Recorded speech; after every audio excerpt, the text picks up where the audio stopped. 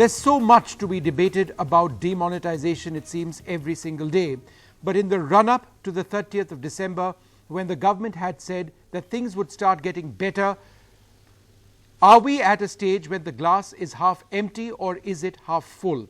And what about the jitters that the market feels at this stage for any announcement that the government seems to make in the effect or post the effect of demonetisation?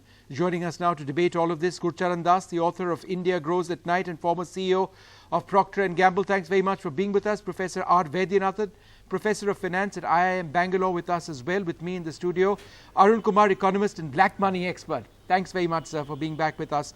Sambit Patra of the BJP and Sanjay Jha of the Congress. Let me come to you first, Professor Vaidyanathan. Just today in the markets, the Nifty slumped to a 7-month low. The Sensex tanked 234 points, erasing most of the gains of this entire year. It took one fairly innocuous statement from the Prime Minister to do this, and despite the fact that the Finance Minister issued a clarification on the taxation of long-term capital gains tax, no one was impressed and the markets tanked. Are we living in worried times where the economy is shaky, the markets are shaky perhaps, and investors are perhaps worried as well about what happens next?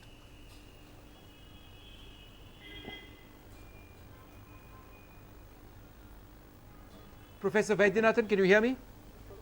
Oh, okay. I think the clarification has been clearly enunciated regarding the Prime Minister's statement.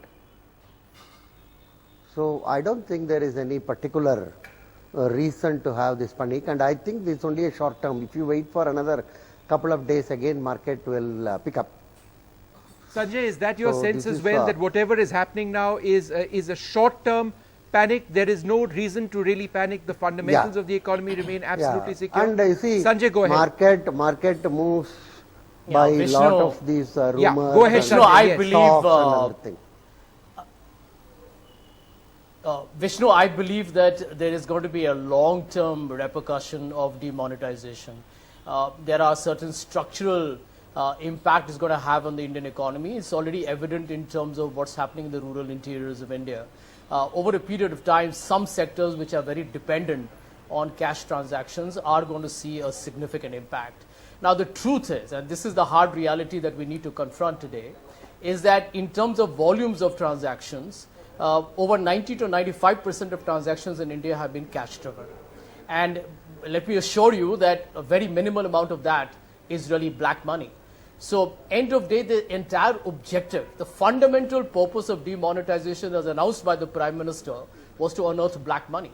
Now, that itself was a flawed assumption, because the truth is that black money has already found shelter and we'll in tax havens abroad, we'll certainly discuss bullion, that, but I think real estate, the point that I was trying to raise, Sanjay, is, are the markets spooked? Right. Are the markets spooked as an impact of demonetization? Well, let me tell you, the Prime Minister made a statement a couple of days ago where he talked about raising revenues through securities taxation. Obviously, the stock market is going to react to that in a very adverse fashion. You have today the Finance Minister saying he wants to lower taxes, which was meant to be some kind of a palliative. Now, you can't play headline-grabbing games with a strong economy that India needs to now show to the world. I think we have completely lost that opportunity. But the real issue, in my opinion, Vishnu, is that the economy per se is not ready to become digital and cashless. Okay, we don't have that kind of bandwidth in India, and there is a lack of digital security. We'll discuss that. Sambit, I just want to get a reaction from you on what's happened at the markets today. The Nifty slumping to a 7-month low, the Sensex tanking 234 points, possibly because of the statement by the Prime Minister, despite the clarification. See, you have also considered to the fact that possibly because of the statement made by the Prime Minister, which has been rightly clarified by the Finance Minister.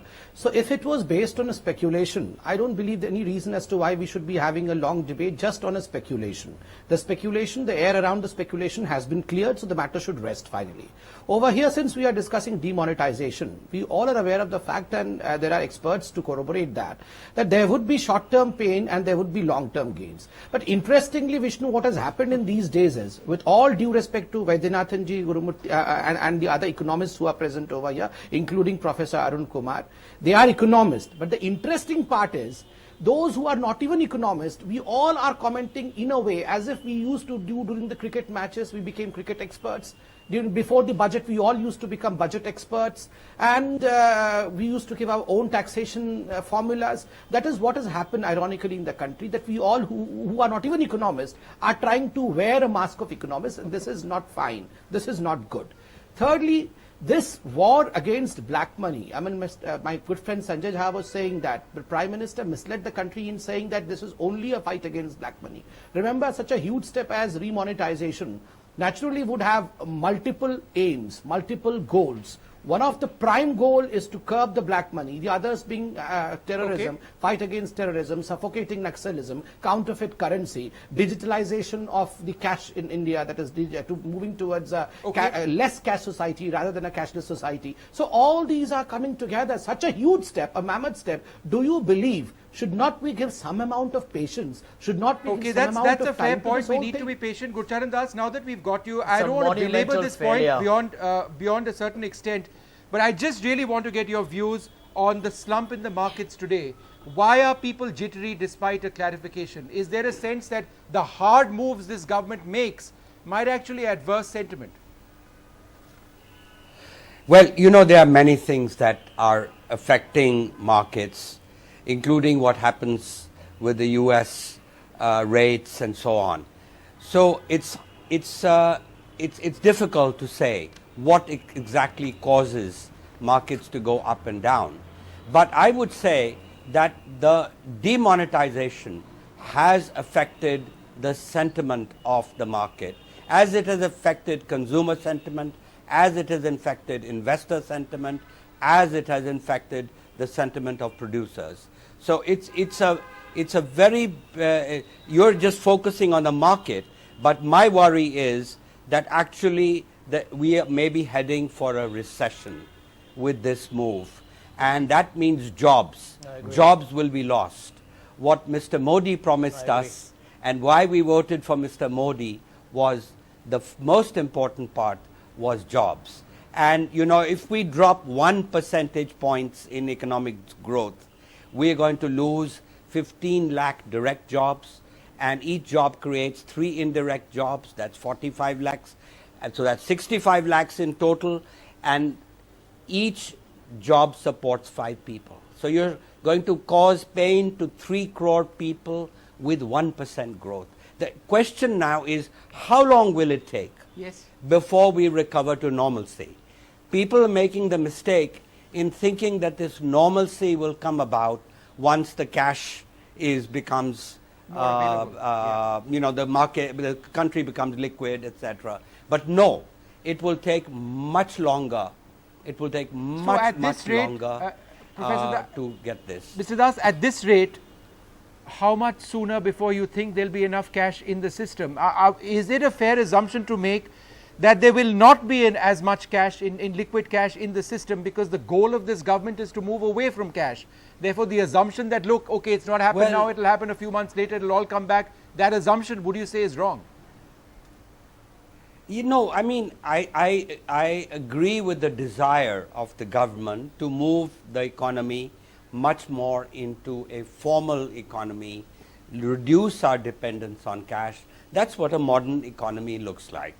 And so the long-term goal is a good one. And there will be rewards at the end of even the demonetization. There will be rewards. Savings rate of the economy will go up. Deposit rate in banks will go up. Taxes will go up. Tax to GDP will go up. But that's far away. What I'm worried about for our economy is the next year or two. Okay. I mean, this, you're talking about how long will it take to get stability. I had suggested when the demonetization happened, I said immediately outsource the printing of the currency, because we've done it before. Right. And we have dealt with presses before. Okay, so I take your point, Mr. Das, that you know, it's a question of time. How much more time will it take? We don't know that right now, and you argue that it will take more as opposed to less for things to be righted. So let me come to you. Because sentiment Sure, is fair enough. affected. Mr. Arun Kumar, One of the things that the government has now said, in fact the Prime Minister in his Mann Ki Baat said it yesterday, is that they are going to crack down on Benami properties. And the sense and the criticism of the government has been, look, you say you're going to fight black money, demonetization alone doesn't control black money, but now they have gone ahead and they have said that they're going to act on amendments which have been made to the law. People could be jailed for up to 7 years. Isn't this a strong statement of commitment to the cause in the fight against corruption? Making these statements is one thing and implementing them is another thing. We had the bill to bring back foreign black money, which was pretty draconian. You had 90% penalty and you had 10 years of jail provision, etc. But that only got 4,000 crores, whereas CBI had estimated that you had $500 billion abroad, so you didn't even get $1 billion. And the reason is that there's no provision to bring that money back or identify who had it. Similarly, in this bill, you don't have a provision as to how do you identify who has Benami property. Property is there, everybody knows there's property, but whose property is it? Who's the real beneficiary? That is very difficult to find out. So unless you begin to have wealth taxation, unless you begin to have proper property taxation, etc., and we know how our cities are starved of funds. Is this going to be a wild goose chase? So it will be a problem, so meaning it should be tried. There's no doubt there's Benami property, but it should be properly done. So what my problem is that the government is taking steps, but it's not preparing in advance. That's the problem with demonetization, and that's why you had so many, ordinances which have come in, so many notifications that have come in. So people are guessing as to what will happen. For instance, today there's a new notification saying that if you carry more than 10,000 rupees of old notes, there'll be a fine of 50,000. So there's one more notification, and that's why people are worried. And stock markets are all about sentiment. Sentiment gets affected if there's uncertainty, and uncertainty is growing. And as Gurcharan has said, that there's already the economy is sliding towards a recession. If recession deepens, then the long-term problems come in, and that's where the stock market gets spooked. The moment there's a further announcement, and especially the announcement made by the Prime Minister about the stock market, that spooked them. And no doubt, under the present circumstances, they will get spooked because they don't know what is coming next, where are we heading towards next, and this fear of recession is deepening, and that's why I think people are getting very, very worried.